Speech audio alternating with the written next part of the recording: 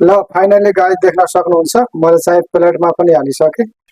देख्न सक्नुहुन्छ बिरयानी कस्तो लाग्यो तपाईँ। ल है गाइस चटनी चाहिँ बनेर रेडी भएको छ चडक्क हाय हाय हाय हाय हाय हाय हाय। हेलो गाइस के छ हाल खबर सन्चै आराम हुनुहुन्छ? म पनि सन्चै आरामै छु। म तपाईँहरूलाई एउटा सानो मटन बिरयानी भन्ने आइटम छिटो झटपट मिठो टेस्टीवाला बिरयानी बनाएर देखाउँदैछु। हेर्दै गर्नुहोला मेरो भिडियो अन्तिमसम्म। मन परेदेखि लाइक कमेन्ट सेयर सब्सक्राइब गर्नुहोला। देख्न सक्नुहुन्छ मैले सामानहरू सबै तयार गरिसकेको छु। देख्न सक्नुहुन्छ मैले यहाँ चाहिँ चामल भिजाइसकेको छु बिरयानीको लागिलाई। यो बिरयानी चामल हो, यसलाई चाहिँ 1 घन्टा भिजाउनु पर्छ राम्रो हुन्छ भन्नलाई। और यहाँ अचार चटनीको लागिलाई पतेना धनिया और टमाटर कागती म सब तयार पारिसकेको छु यहाँ। और यहाँ देख्न सक्नुहुन्छ प्याज म यहाँ तयार पारिराखेको छु, यसलाई सफा गरेर धोएर। यो सानो अदुवा पनि लिएको छु मैले, यो अदुवा पनि राख्छु मैले यसमा।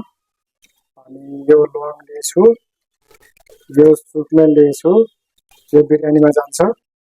यो चाहिँ अदुवा लसुन पेस्ट हो, यो पनि राख्छु मैले मटन बिरयानीमा।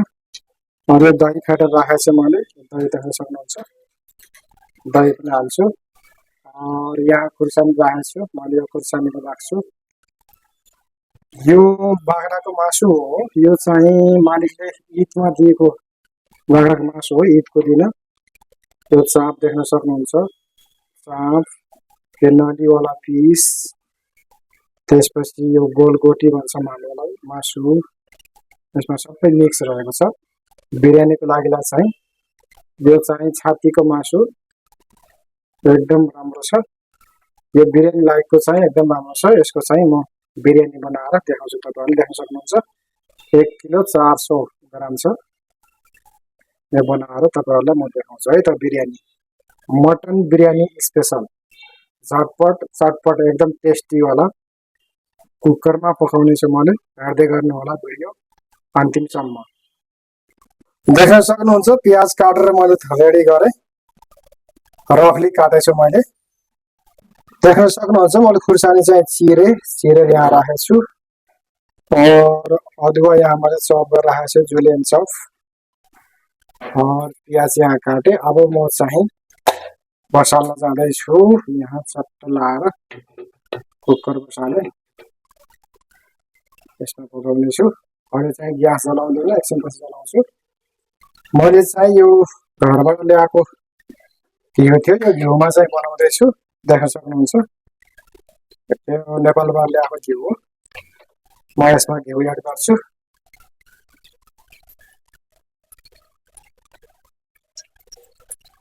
देख्न सक्नुहुन्छ घिउ। ल गाइस घिउ चाहिँ मैले एड गरिसकेँ यसमा, देख्न सक्नुहुन्छ। अहिले चाहिँ थोरै नै गरेछु, अनि फेरि माथिबाट हाल्न पर्छ बिरयानी माथिबाट, बल्ल टेस्टी हुन्छ। घिउ हालेपछि मैले प्याज हालेँ, त्यसपछि यो हरियो खुर्सानी राखेको छु मैले यसमा, त्यसपछि यो सुकमेल, त्यसपछि यो लौंग पनि राखेँ मैले यसमा, त्यसपछि यो अदुवा लसुनको पेस्ट पनि राखेँ मैले यसमा। देख्न सक्नुहुन्छ झटपट चटपट वाला बिरयानी हो यो चाहिँ।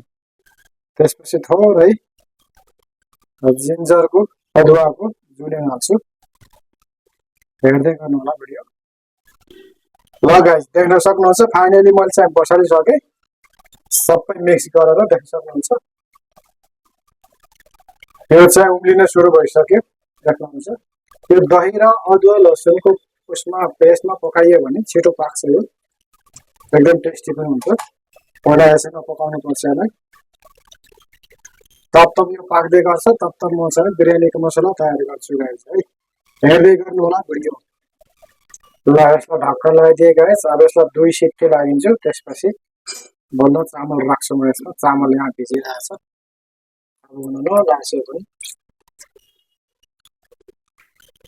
ल गाइस देख्न सक्नुहुन्छ यता चाहिँ सिटी लाग्दैछ मटन बाख्राको मासु।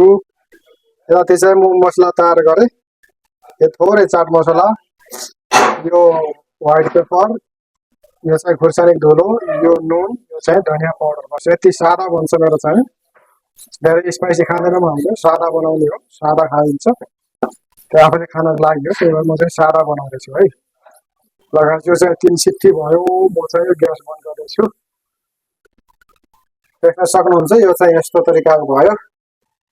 यो चाहिँ लगभग हाफ पाक्यो। अब म चामलसित पकाउँछु यसलाई। अब यसमा चामल एड गर्नुपर्छ। हेर्दै गर्ने होला भिडियो।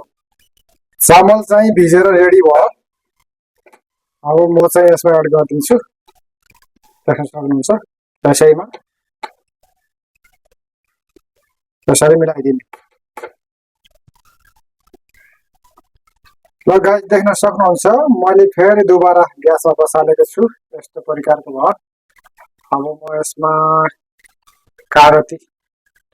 कागती निचोर्दैछु म यसमा। देख्न सक्नुहुन्छ एउटा कागती निचोरे मैले यसमा। त्यसपछि यो मसला जो बनाएर राखेको थिएँ मैले मसला हाल्छु। त्यसमा लाएर चट्ट लाएर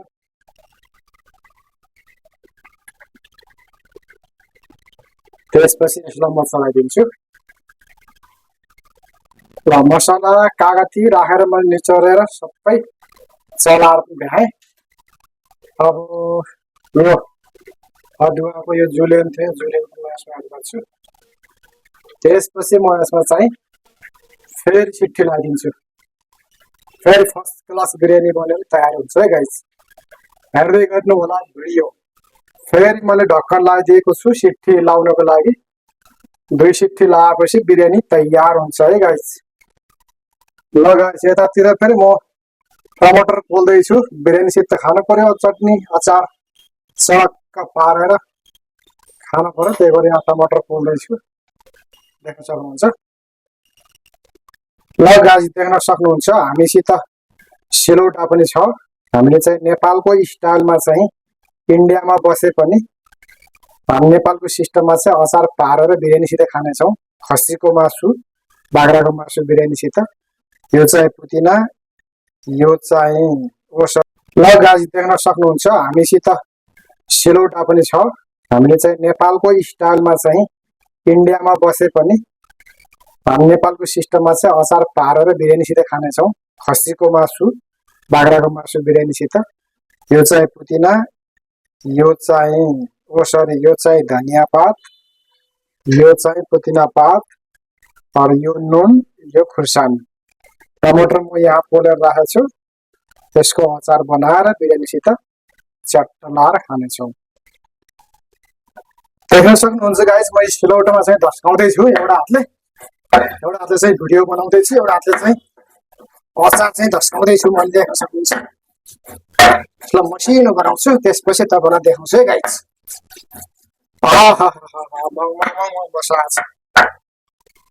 देख्न सक्नुहुन्छ पुदिना र धनिया चाहिँ मैले खुर्सानी यतिको मसिनो गरेर लेतो बनाएको है।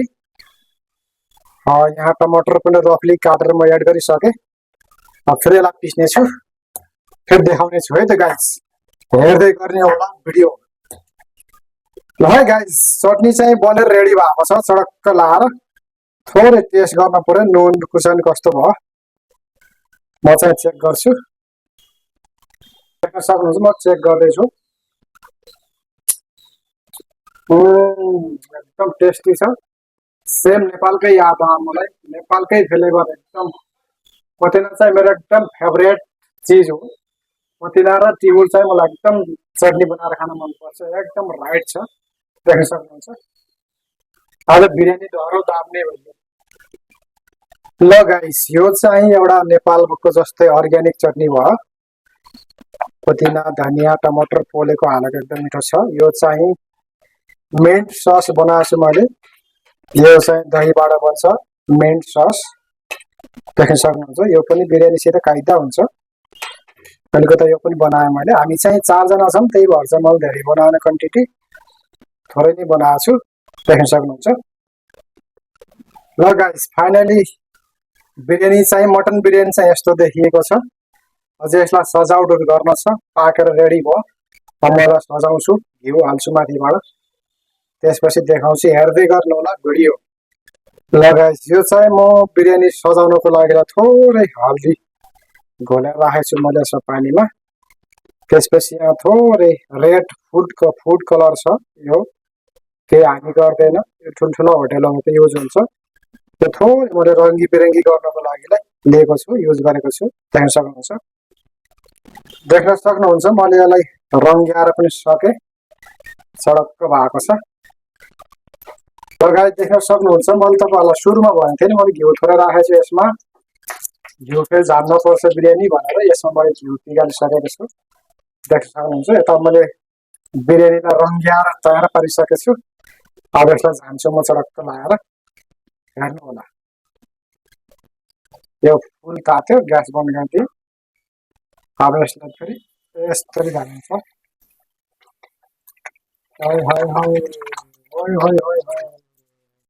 देख्न सक्नुहुन्छ कस्तो टेस्टी भयो होला।